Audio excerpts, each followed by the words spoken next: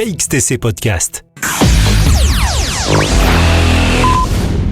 Du vendredi 11 au lundi 15 mars 2022 aura lieu au Parc Chano à Marseille, dans les Bouches-du-Rhône, le Salon international de l'art contemporain.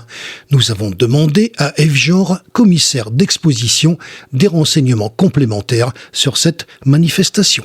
Cette édition 2022, c'est en fait la 21e.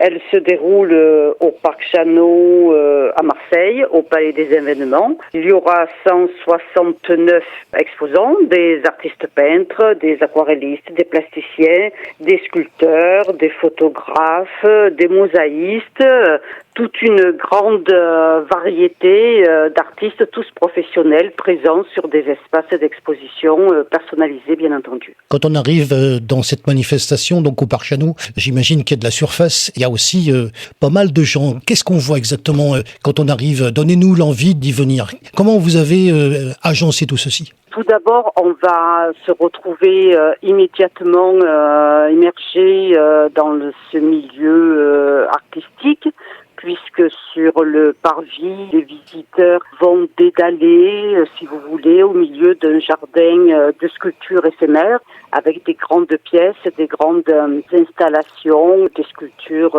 en matériaux composites, en fer. Déjà, d'entrée, on y est. Ensuite, nous allons rentrer dans le salon à proprement dit, selon un parcours qui est très atypique. Les visiteurs vont se laisser porter pour avancer petit à petit dans les allées et rencontrer les artistes en direct, puisque les artistes sont tous présents.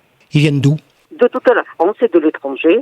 12 nationalités sont représentées cette année. La Belgique, la Suisse, l'Espagne, le Portugal, le Japon, un nombre assez important de représentations. Alors, une manifestation comme celle-ci, elle s'organise. Comment ça va se passer au niveau organisation et peut-être aussi horaire? Alors, les horaires, bien entendu, c'est important de les citer.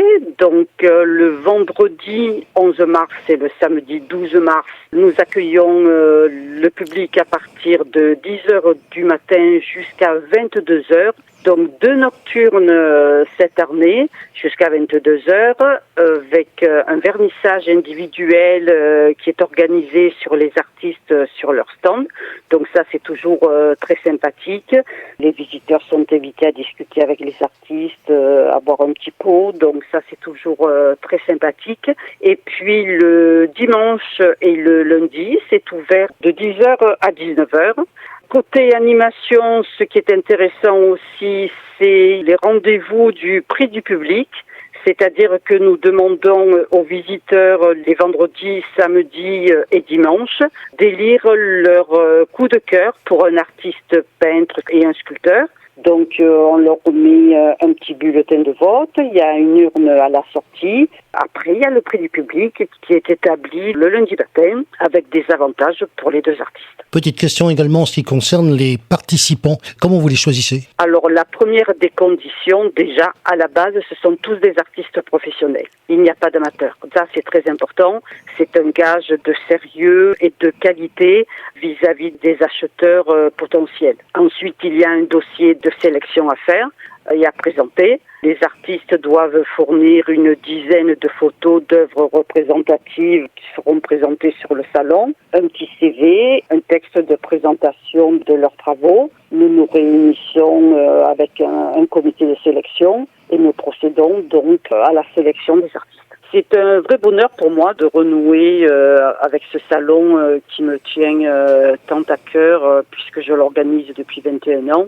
Et je vais terminer en disant que je nous souhaite une très belle édition qui sera placée sans nul doute sous le signe de la découverte et des retrouvailles. KXTC Podcast.